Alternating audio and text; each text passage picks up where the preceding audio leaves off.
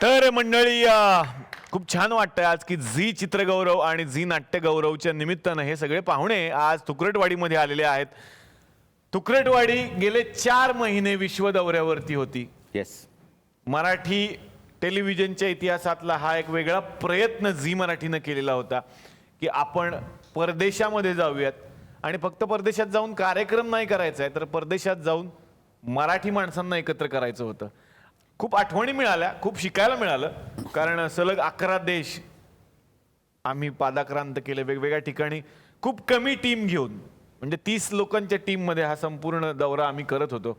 म्हणजे इथे तरी हवा येऊ द्या जेव्हा आम्ही शूटिंग करतो तेव्हा कमीत कमी एक 70-80 ते 100 लोकांची टीम तरी राबत असते. तिथे 30च लोक होते. त्यात प्रत्येक जणच मेकअप मन होता, त्यात प्रत्येक जणच आपापला स्पॉट बॉय होता, त्यात प्रत्येक जणच कॅमेराचा असिस्टंट सुद्धा होता आणि प्रत्येक जण एकमेकांचा केअरटेकर होता. आम्ही ठरवून घेतलं होतं की कोणीच कुठल्या पदावर त्या ठिकाणी नसेल. आणि अर्थातच या प्रयत्नावरती एक पत्र पाठवलंय एका प्रेक्षकानं जे आमचे पोस्टमन काका घेऊन येत आहेत. या पोस्टमन काका या.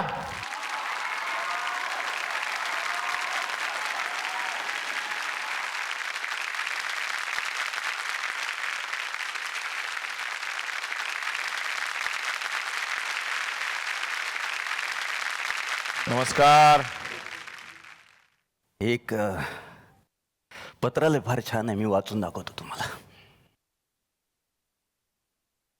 जगभर स्थायिक झालेल्या मराठी माणसांना नमस्कार. आपण एकेकाळी अटकेपार झेंडा रोवलेली मराठी माणसं. मराठ्यांचं साम्राज्य होतं तेव्हा पश्चिम बंगालमध्ये मराठी माणसांचा दरारा होता. पानिपतला आजही मराठ्यांचं नाव आदराने घेतलं जातं. दिल्लीचे तख्त राखतो अशी एकेकाळी मराठी माणसाची ख्याती होती.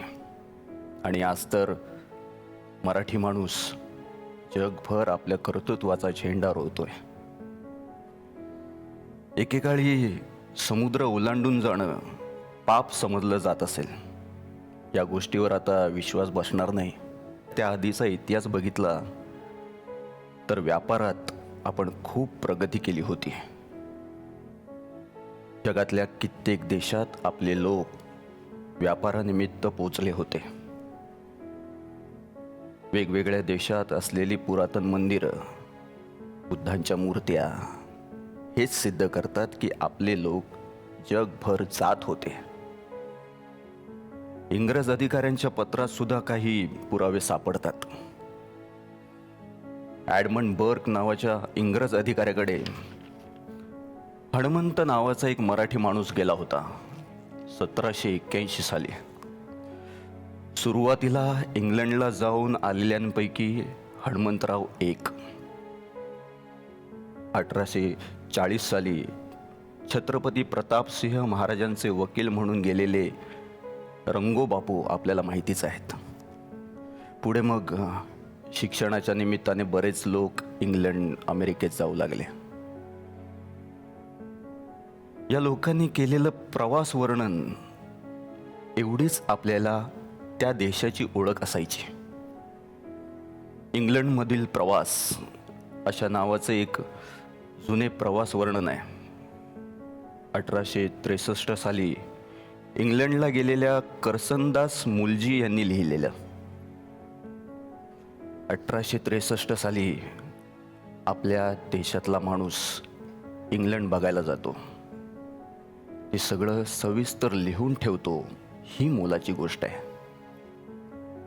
या पुस्तकाच्या शेवटी त्यांनी लिहिलंय की माझ्या प्रवासाबद्दल लोक काहीही म्हणत, मला खूप शिकायला मिळालं. या माणसांमुळे जग आपल्या जवळ आलं. वालचंद हिराचंद नावाच्या सोलापूरमध्ये जन्मलेल्या माणसाने थेट मुंबईहून लंडनला जाणारी बोट सुरू केली. इंग्रजांच्या नाकावर टिचून हा व्यवसाय त्यांनी सुरू केला.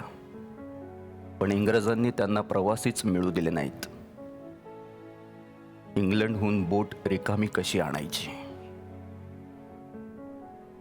वालचंद यांनी लोखंड विकत घेतलं आणि बोट घेऊन आले. पण व्यवसायात माघार घेतली नाही. डॉक्टर कोटणीस यांच्यासारखे लोक विदेशात अजरामर झाले.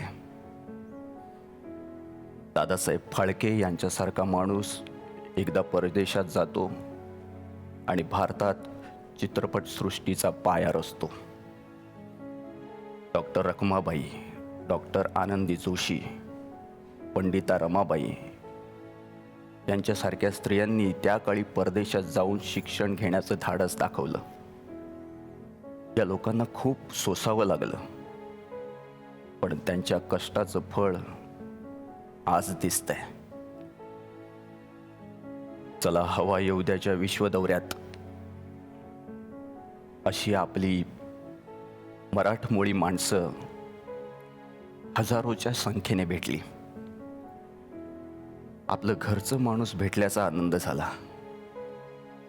इंग्लंडमध्ये गणपती बाप्पा मोरया म्हणणारा मराठी माणूस, दुबईत शिवाजी महाराज की जय म्हणणारा मराठी माणूस, ऑस्ट्रेलियात पोहे खाणार का असं विचारणारा मराठी माणूस. जगभरच्या या मराठी माणसांची आपुलकी भारावून टाकणारी होती. मंडळी, तुम्हाला भेटून खूप अभिमान वाटला. धन्यवाद. वा वा. जगभरातल्या अनेक मराठी मंडळांनी आम्हाला सहकार्य केलं, त्यांचंही आभार.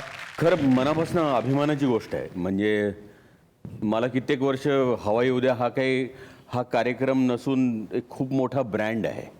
आणि ज्या हेतूनं तो कार्यक्रम सुरू झाला होता तो हेतू तर 100% जास्त यशस्वी झाला आहे.